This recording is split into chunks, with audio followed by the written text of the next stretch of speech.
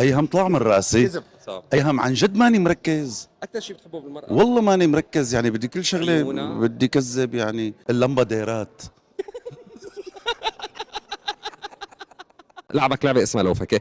سؤال حاسألك اياه حتجاوبني كذب. تمام؟ هسألك كيف علاقتك مع زوجتك؟ بهدلي. حلو مدام. اكثر شيء بتحبه بالمرأة؟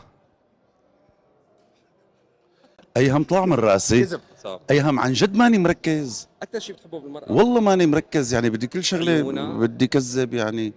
لا هيك مو كذب هذا يعني. بتحب عيونها؟ طبعا طيب عيون هي لك المرء. السؤال. ايه. كم عملية تجميل عامة؟ انا 500. حلو، ايه ما شاء الله عليك. مغير لون العيون. أسوأ دور عملته بحياتك؟ مسلسل كذب. كذب. ركز. مسلسل الخوالي. فنان ما بتحب تشتغل معه؟ طارق مرعشلي. والله توقعت، وحياة الرب توقعت الجواب. فنانة ما بتحب تشتغل معه؟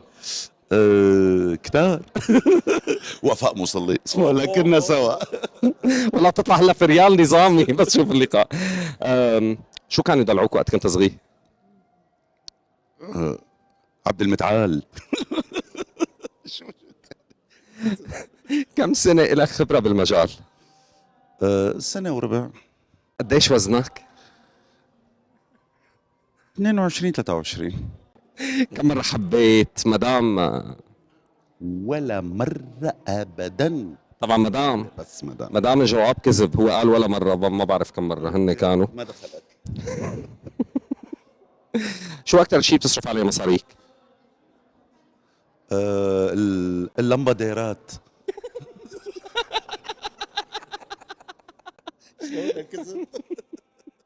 طيب آخر سؤال، غنية بتهديها للمدام، نحن بلوفك لسه. كمان كذب هاي الغنية بدها تكون. شو هاي، شو عم يقول هلا محمود؟ حالي حالي حال، مالي مالي مال، لأنه هلا عم يغنيها يعني هلا تذكرتها. حسام بدي أشكرك وإن شاء الله هيك يمرق اللقاء على خير. شكرا.